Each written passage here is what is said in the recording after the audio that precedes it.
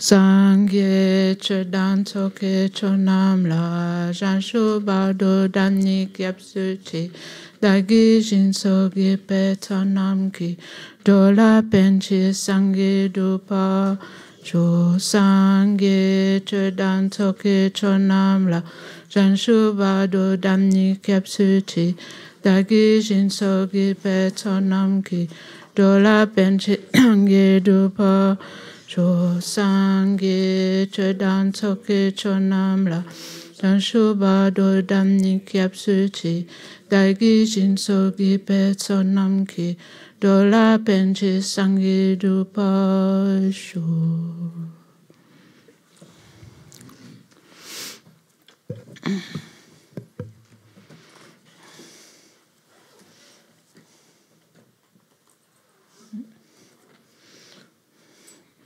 Il semble qu'un nombre de personnes ait opté pour la sieste.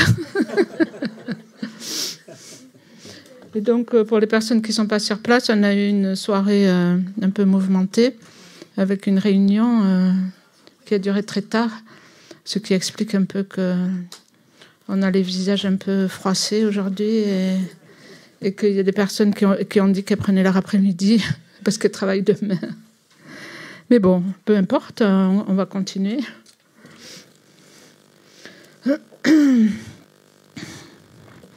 Donc, j'ai revu un petit peu ce qu'on avait fait. Hein. Qu'est-ce qu'il y a d'habitude dans la revue Christian revoit ce qui a été fait, c'est ça, à peu près? D'accord. Donc... on parle de la patience. Combien de types de patience y a-t-il? 3. Oui. Et c'est quoi les 3 types de patience?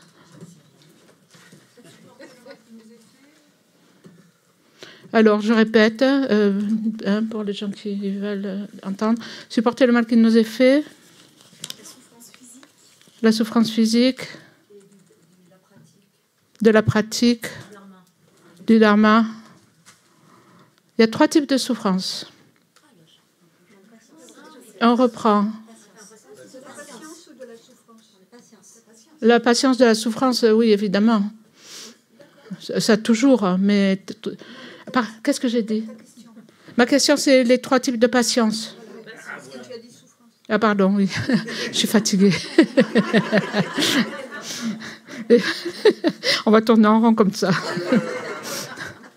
Donc, les 3 types de patience, il y a la patience envers quoi? Envers les souffrances en général, hein, la souffrance en général. Hein? La patience, oui, envers la souffrance en général, hein, les situations de souffrance. La patience envers le dharma. Et le 3e, c'est la patience envers l'hostilité, le mal qui vient des personnes. Hein. Les personnes qui s'attaquent à nous, le mal envers l'humiliation, le mal qui nous est fait par des personnes. Le premier, c'est la patience envers les souffrances en général, hein, de la vie. Le 2e, c'est envers le dharma. Qu'est-ce que ça veut dire, la patience? Pour supporter le dharma, ça veut dire quoi? Ne pas se décourager. Être pugnace, persévérant. Il y a autre chose. Spécialement, on entend quelque chose de spécial par rapport à la patience envers le dharma. Des obstacles qu'on peut rencontrer. En particulier, ça s'adresse... en particulier, c'est la patience envers le sens de la vacuité. Yeah. C'est la tolérance par rapport au dharma, particulièrement le sens de la vacuité. Hein. Je peux développer ça? Au sens de la vacuité, c'est-à-dire que la patience envers le dharma, bon, c'est en général, oui, pratiquer le dharma, mais particulièrement envers ça, parce que si tu veux, la vacuité, c'est quelque chose qui chamboule quand même beaucoup tout, en fait. Hein, notre façon de voir les choses, c'est complètement opposé à ce qu'on croit. Hein. Donc, c'est un défi, c'est un grand défi. donc de supporter le sens de la vacuité. Ça peut être, disons, au départ, hein, bien sûr, c'est libérateur, donc c'est positif, mais au départ, ça remue les choses, hein, c'est comme un tremblement de terre. Je pense que c'est par rapport à ça. Moi, c'est comme ça que je le comprends, en tout cas. Hein. C'est comme ça que je le comprends. Donc, ici, juste pour reposer les choses, j'ai regardé dans le livre La nef des enfants des vainqueurs. Moi, j'aime bien suivre l'économie du texte. Hein, j'aime bien ça. et là, vous ne suivez pas. Geshe-la ne suit pas non plus. Ce qui s'explique parce que c'est très compliqué. Donc, on fait simple. Et dans ce livre, en fait, je trouve que c'est très compliqué. Parce qu'il y a des A', B', 1', et je sais pas quoi. I'. Donc, oui. Et donc, c'est vraiment compliqué. Et même si c'est récapitulé en une page, il n'y a pas les numéros des strophes. Hein, donc on ne sait pas à quoi ça correspond. Je me rappelle que le dernier Péba, bon, je vous le dis au cas où vous aimez les économies de texte comme ça. Je me rappelle qu'au dernier Péba, en fait, on n'avait pas ce texte-là. Et je pense que ce qu'on avait, c'était peut-être une traduction de Claire aussi. C'était une ébauche en fait de traduction, c'était pas la traduction définitive, et il y avait des pages où on avait les divisions, et je me souviens que je m'en servais, que c'était très bien exposé en fait, c'était assez clair. Je les ai pas retrouvés là dans mes papiers, mais ça existait. Tu les as, André? Donc tout ça pour vous dire que si vous êtes intéressé, il y a quelque chose qui est peut-être un peu plus lisible. Après, bon, c'est pas primordial, mais quelquefois, c'est bien de savoir où on en est, particulièrement pour des chapitres un peu plus difficiles. Je pense, par exemple, quand on arrive à la vacuité, c'est un chapitre 9, assez difficile, et quelquefois, c'est bien d'avoir l'ossature, hein, pour se repérer, savoir de quoi on parle. Hein. Donc, ici, en fait, ici, on en est au 3e type de patience, et ça, on le voit, ça a commencé à la page 203, qui s'appelle... il me semble. 3. Cultiver la patience qui est indifférente à l'hostilité. En fait, c'est la patience qui supporte, qui est indifférente à l'hostilité des personnes, hein, aux humiliations, aux abus, hein, du mal qui nous est fait par les autres. Les 2 autres types de patience, on les a vus déjà. Ici, c'est le numéro 3, donc ça commence à la page 203. Et donc, dans cette section-là, on en est en fait au 3e point, hein, à la page... ce que Geshe-la a commencé, là, il a commencé à la strophe 43. Et on voit à la strophe 42, la page 206, c'est « Lorsque l'indésirable survient, comprendre que c'est le fait de nos offenses ». Ça, c'est le numéro 3. De ce chapitre sur la patience envers le mal qui vient d'autrui. Hein. Donc, on est dans ce cadre, hein, de ce cas de figure de quelqu'un qui nous nuit. Voilà. Et donc, on en est... on en est là. Lorsque l'indésirable survient, comprendre que c'est le fait de nos offenses. Ça va à partir de la strophe 42. La strophe 42 jusqu'à la strophe 51, en fait.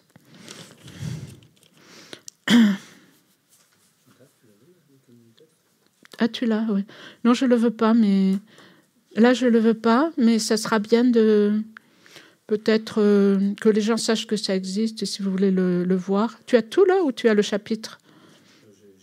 Tu as tout, hein, oui. L'économie a été mal imprimée, il faut tourner à chaque fois. Ah oui. Donc, ça existe et c'est possible de l'avoir. Le texte racine. Ouais. Ça, c'était matériel de Péba qui avait été distribué.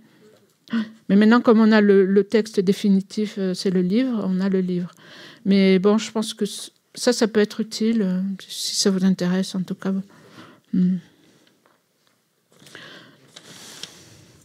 Donc, là, on a jusqu'à 3 heures. Hein. Avant de commencer vraiment le texte, Geshe-la donne une grande introduction. Et en fait, Geshe-la dit toujours la même chose. Hein. Il dit toujours la même chose. Mais ce qui est intéressant, c'est comment il touche exactement le point et que c'est toujours nouveau quelque part. Hein. C'est toujours la même chose, le message est le même, mais c'est toujours nouveau parce qu'il est vraiment dans la pratique. Bon, c'est pas intellectuel, c'est vraiment, il nous prend là où ça blesse. Hein. Ou pas, mais bon. Et donc, c'est ça, c'est... continuellement, il faut pratiquer, ça ne suffit pas d'écouter, de méditer. Hein. Il faut transformer l'esprit, sinon l'occasion est gaspillée, tout ce que l'on a. Et c'est ce qu'on a tendance à en faire. Hein. On accumule les enseignements, les notes, les livres, les notes au fil des ans, on médite un peu. Mais est-ce que ça touche l'esprit vraiment? Est-ce qu'on est vraiment transformé? Et ça, justement, il nous dit vérifier, regardez. Et ça se fait tout le temps. Hein. Ça se fait la journée. Et ce matin, il a répété, d'ailleurs, on fait la motivation et on fait la dédicace. Et donc, on fait la motivation. Au cours de la journée, on regarde. Hein, et on regarde qu'est-ce qui se passe dans l'esprit. Et bon, c'est intéressant parce que qu'est-ce qui se passe dans l'esprit? L'esprit est très retors.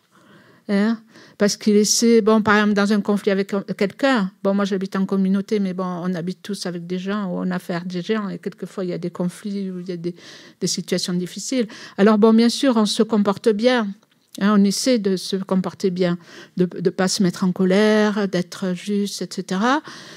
Mais si on regarde l'esprit, quelquefois, hein, il est retors, je veux dire qu'au fond de l'esprit, est-ce que l'esprit est vraiment bienveillant? Est-ce que l'esprit est vraiment positif, d'après le Dharma, hein? Ou est-ce qu'il prétend aussi? Ou il essaie, mais quelquefois, en dessous, il y a tous les petites pointes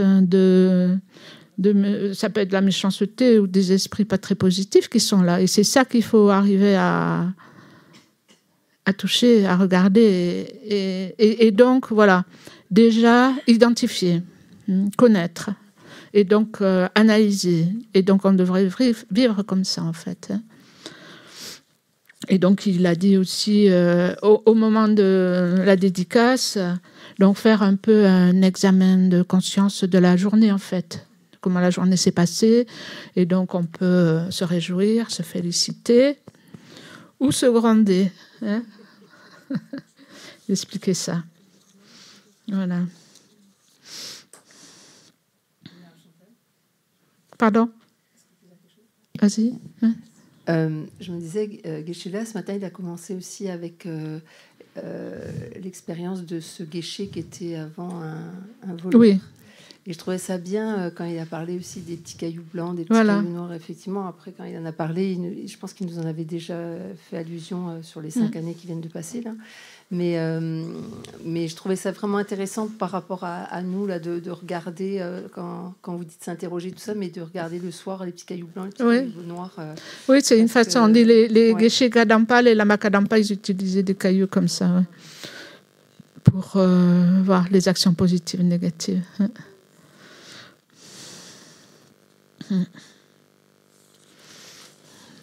Donc, c'est ça aussi, la motivation. Si je mourais aujourd'hui, qu'adviendrait-il de moi, hein? Et donc, ça nous aide en pensant ça. Hein? Si on peut penser, si je meurs, dans quel état j'erre? Je vais errer, dans quel état est mon esprit, hein? Dans quel état mon esprit? Qu'est-ce que je fais de la pratique, hein? C'est là que je vais aller. Alors j'ai beau dire, enfin je ne sais pas vous, mais oui, je vais le faire. Oui, je vais le faire. Il faut que je sois plus conséquente en fait, hein, dans mes actions. Bon, ça prend une certaine force. Hein.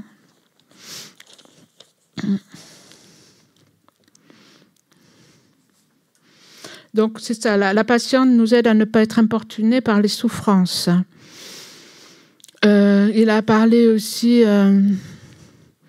comment on se laisse troubler par l'expérience de la souffrance, augmente, on rabâche tous les problèmes. Hein. On rabâche jamais les bonnes choses, mais on rabâche les problèmes, les souffrances, etc. Comme c'est insupportable, comme on est pauvre de nous, comme on est affecté, etc. On ressasse et ça augmente la souffrance.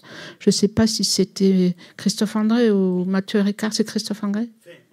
Ah oui? Qui a dit quoi? Christophe André, il compare l'esprit à une bande velcro qui accroche. Ouais. Oui, et en fait, Christophe André compare l'esprit à une bande velcro qui, justement, accroche toutes les boules de souffrance, justement. Oui. Voilà. Oui. Et donc, ce qu'il dit, ce que j'ai retenu, moi, c'était... il y a la douleur et la souffrance. Hein. La douleur, c'est ce qui fait mal, et la souffrance, c'est ce qu'on en fait. Hein. Ça dépend de la façon dont on lit.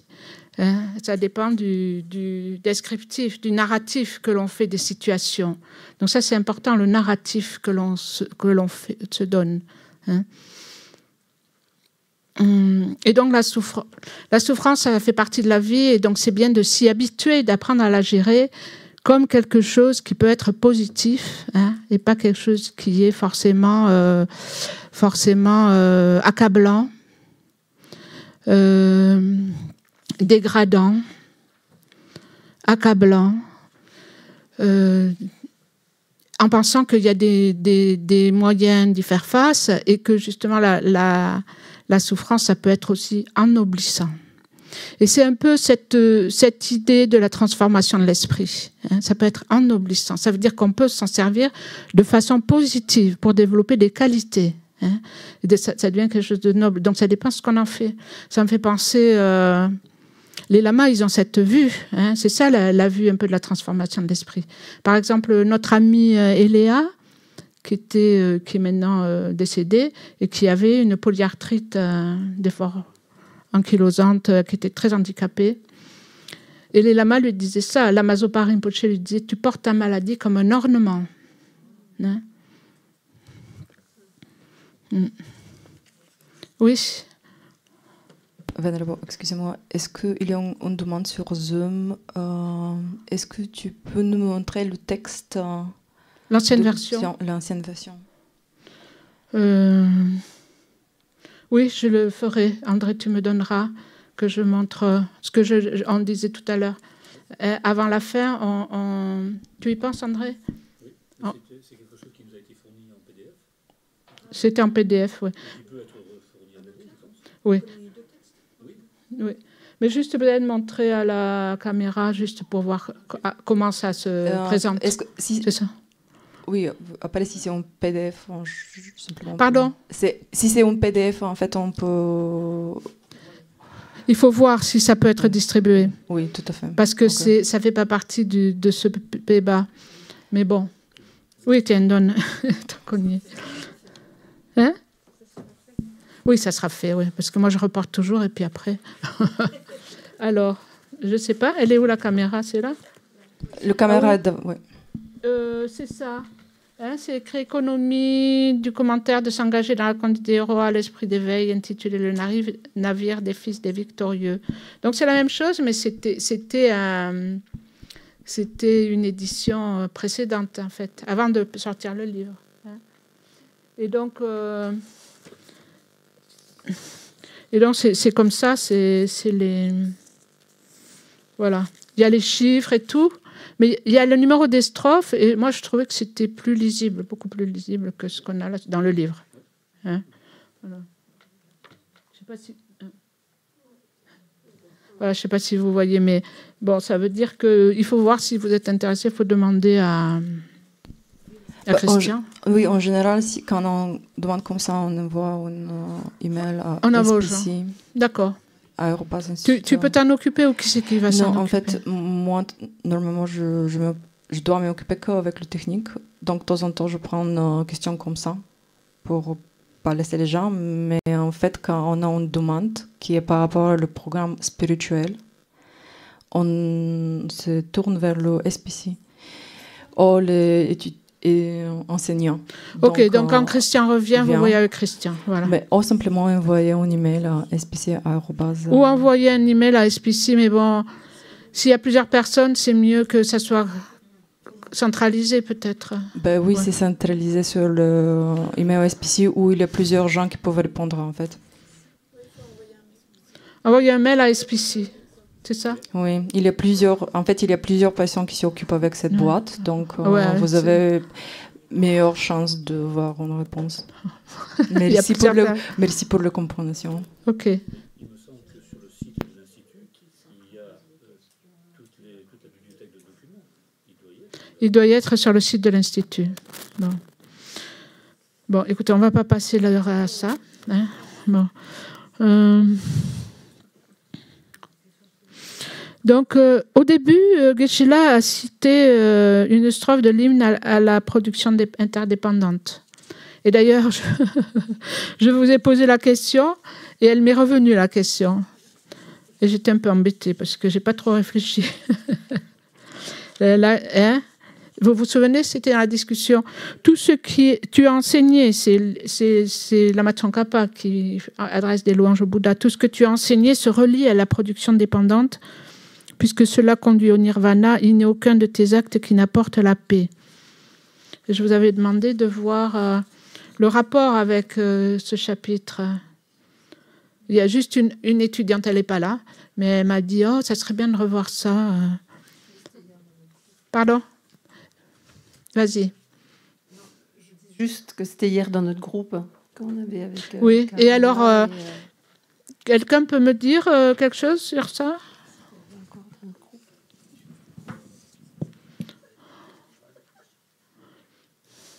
Tu as quelque chose, Nadine? Non. Ah oui, il y avait Jordan. Oui, c'était par rapport... Geshe-la a cité l'hymne à la production dépendante. Et cette citation, c'est tout ce que tu as enseigné. C'est pas dans ce texte-là. C'était dans les questions. La dernière question. Tout ce que tu as enseigné se relie à la production dépendante. Puisque cela conduit au nirvana, il n'y a aucun de tes actes qui n'apporte la paix. Et la question, c'était quel est le lien avec ce dont on parle? Tu veux répondre au micro, s'il te plaît? Ouais. La question, je pense que c'était ça, avec l'histoire des causes externes et causes internes, non? C'était pas ça? C'était la première. Ah bon, bon. Donc, vas-y. Moi, ce qui m'a aiguillé... Non, je montre... C'est juste à la fin de la phrase. La fin de la phrase, c'est « Tous tes actes... » Il n'y a aucun de tes actes qui n'apporte la paix. Oui, il n'y a aucun de tes actes qui n'apporte la paix. Donc, moi, je le vois comme ça. Je vois deux négations qui valent une affirmation. Tous tes actes apportent la paix. Oui. Tous tes actes sont faits pour détruire les perturbations mentales. Et comme on détruit les perturbations mentales, on arrive à la paix. Exact. Donc, c'est bien ce que tu dis, mais en plus, il y a la production dépendante. Tout ce que tu as enseigné se relie à la production dépendante. Et donc, un peu, la méthode pour faire ça, en fait, tes enseignements, tous se rapportent à l'interdépendance et amènent au nirvana, et donc amènent à la paix. Et donc, pour arriver à la... Excuse-moi. Pour arriver à la paix, au nirvana... Et donc, on part de l'interdépendance. Hein. La méthode, c'est la vacuité. Mais ici, on ne dit pas la vacuité, on dit l'interdépendance. Ce qui est la même chose. Hein. C'est la vacuité qui libère, mais c'est les deux. Quand on parle, vous savez, le système de Nagarjuna, c'est que la vacuité montre l'interdépendance, hein, et l'interdépendance montre la vacuité. Hein. Seulement, quelquefois, c'est bien de le prendre... Du côté de l'interdépendance, c'est plus facile, hein, parce que c'est le conventionnel. Donc c'est plus facile pour nous parce que c'est quelque chose qu'on voit directement. La vacuité, c'est plus difficile à comprendre, hein, mais ça revient au même. Hein. Et donc on part de l'interdépendance, tous les phénomènes. Alors je vous lis les notes que j'avais prises quand Geshe-la a fait cette citation. Tous les phénomènes sont interdépendants. Tous les phénomènes du samsara et du nirvana sont interdépendants. En éliminant les causes de samsara, on va éliminer le samsara. En accumulant les causes de nirvana, on parvient au nirvana. C'est ça l'interdépendance. C'est que en éliminant les bonnes causes, en créant les bonnes causes, on aura les bons résultats. Hein, c'est tout simplement. Donc l'interdépendance, ça nous montre ça. Donc en créant les bonnes causes, on va arriver au nirvana. Hein. Et donc la paix, c'est un phénomène interdépendant. Hein. La paix est un phénomène interdépendant. Il est possible de le réaliser, de le mettre en place, hein, si on cherche la paix. Donc, quand on parle de la patience, c'est pareil aussi. On veut éliminer les facteurs négatifs, la colère, etc. Donc, c'est pareil, en s'appuyant sur l'interdépendance, voir les causes, on élimine les causes. Hein. Et donc, il est possible, si on cherche la paix, est-ce que la paix existe de manière intrinsèque ou de façon interdépendante? Alors, donc, cette interdépendance, elle va nous conduire à la paix. Et par rapport à la patience, pareil, elle va nous conduire à la paix en voyant que, en éliminant la colère, etc. Moi, c'est ce que je comprends. C'est un peu ce qu'avait dit Geshe-la. Donc...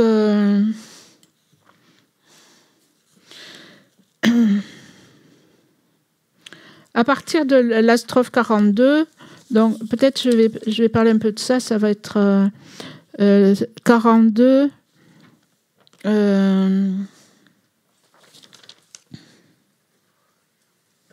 J'avais dit quoi? 42 à 51 hein?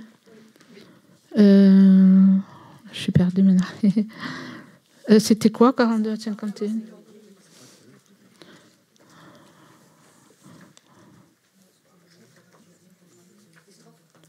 Oui, alors voilà, on est à la page 206 hein, du livre.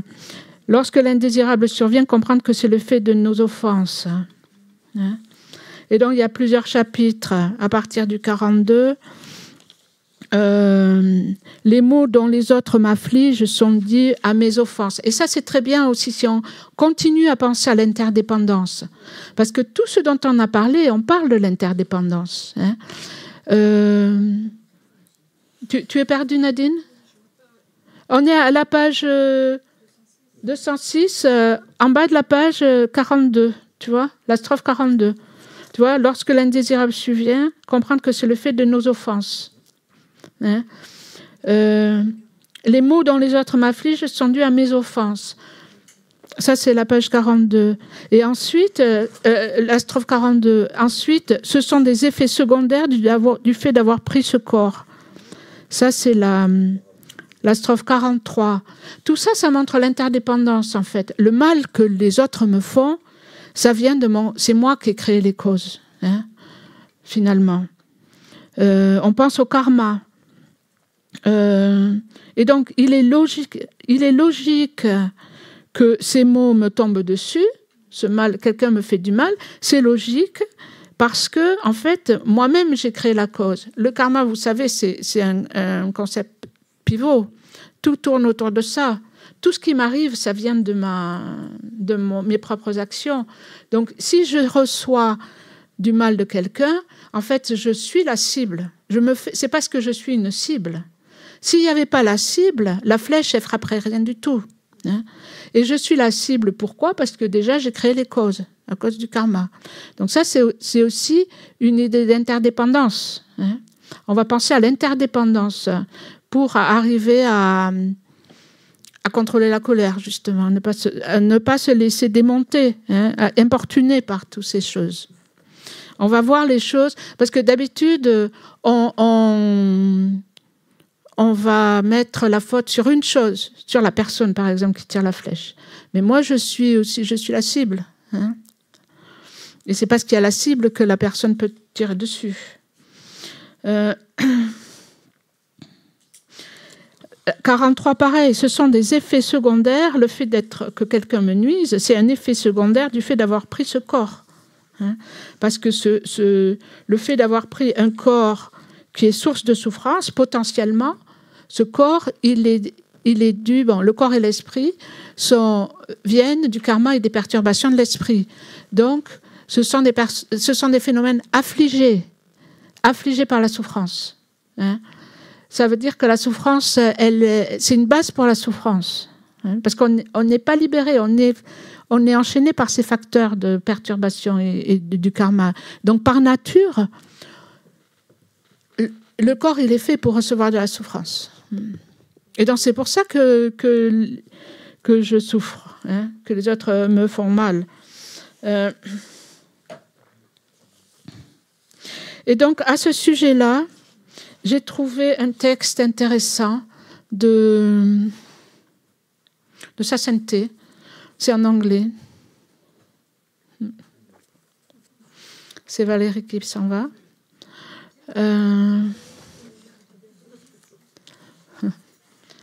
Et justement, il y a un texte de sa sainteté, c'est en anglais, mais qui est Healing Anger, guérir la colère.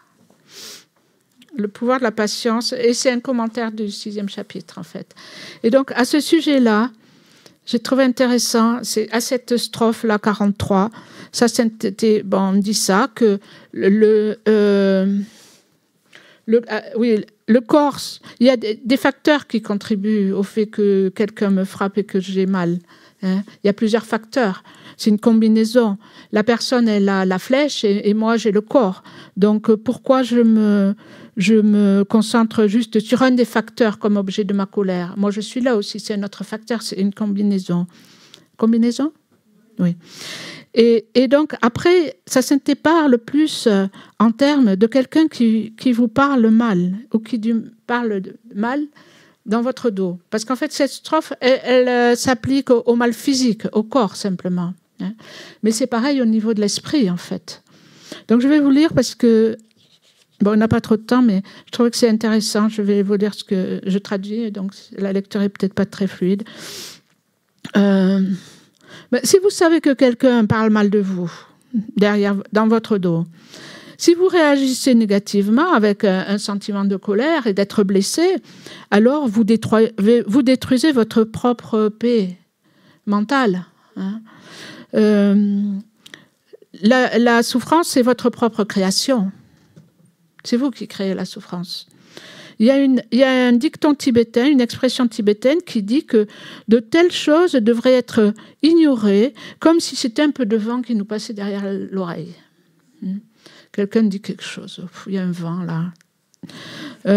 Et si on fait ça, on se protège de ce sentiment d'agonie et de blessure, en fait. Et ça montre quoi? Cela montre que dans une large mesure, que l'on souffre ou pas, ça dépend comment on répond à une situation donnée. Notre souffrance va dépendre de notre réaction à une situation donnée. Ce qui fait la différence, c'est si on est trop sensible et si on prend les choses trop sérieusement. Donc ça, c'était dit, quelquefois on est trop sensible. Donc d'un point de vue bouddhiste, dans notre vie quotidienne, quelquefois on est trop sensible envers des choses minimes, des choses qui ne sont vraiment pas importantes. Et moi, ça, je le vois parce que je sais que quelquefois, je suis extrêmement sensible. Dès que quelqu'un dit quelque chose ou fait quelque chose, je le prends un peu contre moi, comme si c'est un peu un reproche. Je vois des reproches un peu partout. Et puis, quelquefois, pas. Ces temps derniers, je me disais, tiens, mais ça va, je ne prends pas les choses. Et en fait, je crois que ce qui a fait la différence, c'est la confiance en soi. Hein? C'est-à-dire, si je n'ai pas confiance en moi, j'ai l'impression d'être remise en question par l'extérieur. Hein? Je reçois beaucoup de plaintes et de remises en question de l'extérieur, mais je crois que c'est parce qu'il y a un mal à l'intérieur. C'est à l'intérieur que ça se passe. Alors que si à l'intérieur, si j'ai plus confiance en moi, j'ai plus de force, ben les choses, elles ont moins d'importance. Je ne les vois pas de la même façon. Pardon ? Les plaintes que vous entendez, J'entends des choses et les plaintes, est-ce que je les entends vraiment ou est-ce que c'est moi? Non, c'est pas des hallucinations.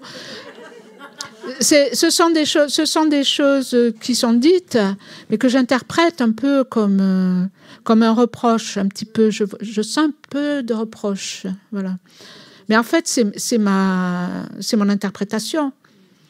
Et puis là, je vois, par exemple, si j'ai plus confiance en moi, je ne le vois pas, ça, comme ça. Je ne prête pas la même attention aux choses. Voilà.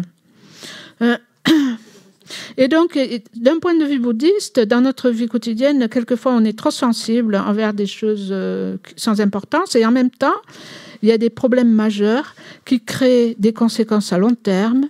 Et pour ça, on n'est pas tellement sensible. Hein. On va...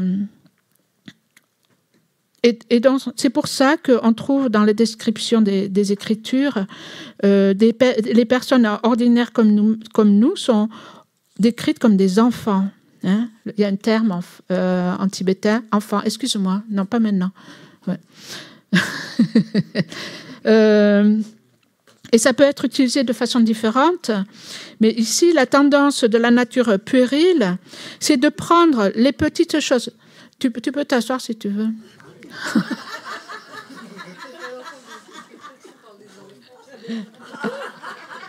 Merci. Et donc ici, c'est un peu la tendance, la nature puérile, c'est de prendre les petites choses trop sérieusement et de s'offenser facilement. Hein. Voilà.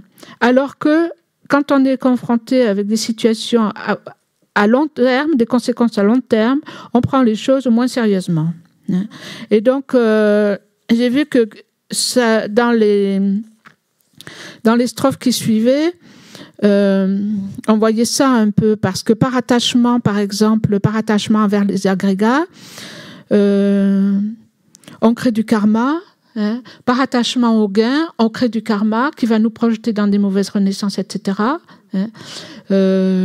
Ou si quelqu'un se met en colère avec nous, nous traite d'une certaine façon, on va se mettre en colère, etc. On va créer du karma. Et par rapport à ça, on est très indulgent. On a une certaine indulgence par rapport, par exemple, à notre colère. Bon, en parlant de la colère ou autre. Hein. Moi, je vois là où j'habite, il ne faut pas que je dise tout, mais non, mais comme partout, il y a des gens qui se mettent en colère. Mais bon, quand on se met en colère, moi, ça m'arrive aussi, je me mets en colère.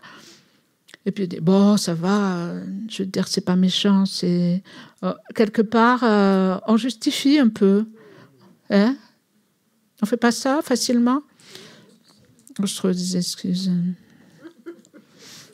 Donc... Geshe-la, sa sainteté un peu parle comme ça. Et alors, c'est intéressant, je vous lis ça parce que, bon, ensuite, il y a la strophe 45 et 46. Et donc, les puérils ne souhaitent pas la souffrance, mais sont avides de ses causes. Hein. Puisque les maux proviennent de nos offenses, pourquoi se fâcher contre autrui? Voir la part qu'on a. Hein. Tout comme les gardiens des enfers et la forêt, ces malheureux sont engendrés par mes actions, contre qui me mettre en colère. Hein, ce sont mes actions qui ont créé ces choses. Et donc, une façon de voir les choses, c'est de voir de façon... voyez qu'une situation, elle est faite de plein de causes et de conditions. Il y a plein de causes et de conditions qui viennent, par exemple, du fait que quelqu'un me fait du mal. Hein. Il y a le fait que moi j'ai ce corps, que j'ai cette sensibilité, que ceci, cela. Il y a plein de conditions en fait. Mais nous, on voit qu'une chose. Hein. La personne elle m'a fait ça et on lui en veut.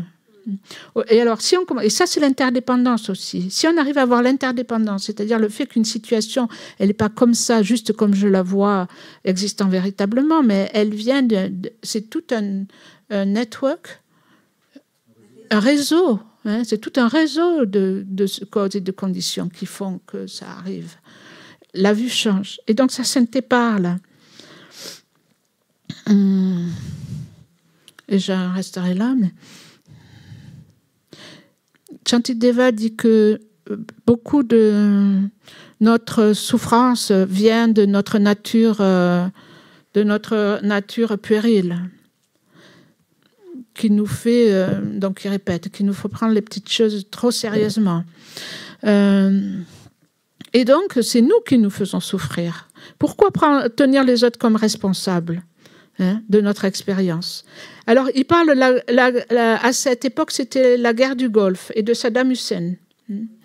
C'était cette époque-là. Et alors, il dit, sur ce concept, j'ai dit souvent, c'est pas juste. Il dit, c'est pas juste. Il dit, je sens de la sympathie envers Saddam Hussein. Il dit, bien sûr, c'est un dictateur. Bien sûr, il a fait des très mauvaises choses. Mais l'équipement militaire, l'armée, mais sans équipement militaire, une armée ne peut pas faire du mal. Et cet équipement, qui c'est qui l'a produit? C'est pas eux qui l'ont produit. Quand on regarde les choses comme ça, il y a de nombreux pays qui sont impliqués et qui ont fabriqué ces armes. Mais notre tendance naturelle, c'est de blâmer sur les autres, sur un facteur externe. Cette tendance, on a tendance à se centrer sur une seule chose. Et donc, on se défait de la responsabilité. Et donc, je pense que cette pratique mentale de voir les choses de façon holistique, de voir qu'il y a de nombreuses choses qui sont impliquées, de nombreuses situations, de nombreuses choses, événements sont impliqués. On ne peut pas juste mettre la responsabilité sur une seule personne. Un autre exemple que prend Sacenté, c'est notre problème avec les Chinois. Je pense qu'il y a beaucoup de contributions qui ont été faites du côté des Tibétains dans cette situation tragique. Peut-être que dans notre génération, dit Sacenté, on a contribué au problème, mais c'est sûr que dans les générations passées, pendant plusieurs générations, en fait, on a contribué à cette situation. Et donc, ce n'est pas juste de ne blâmer que la seule Chine. Et donc, si on regarde n'importe quelle situation de façon honnête et impartiale, et aussi avec une vue large, on va réaliser que, dans une certaine mesure, on est aussi responsable des événements qui se produisent. Donc ça, c'est intéressant, c'est l'interdépendance. Voir l'interdépendance et voir les situations. Souvent, on se concentre sur une chose et puis le tort est là et c'est pas moi. Voilà. Merci.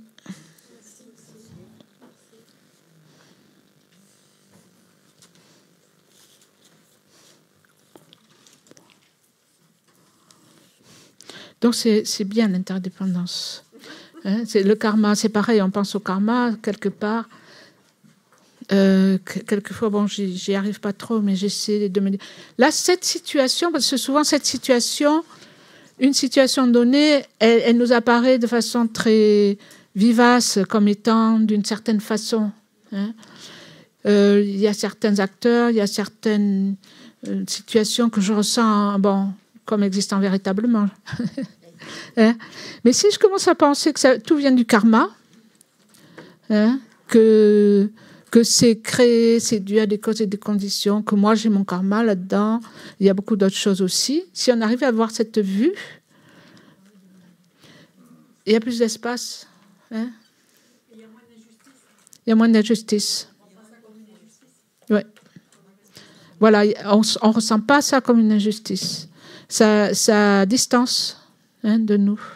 C'est plus aussi personnel. Merci.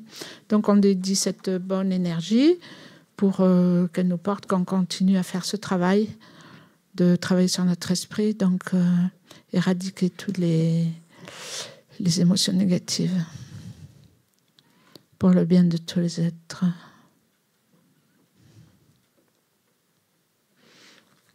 Merci. Et donc, on a méditation dans 10 minutes ou 15 minutes.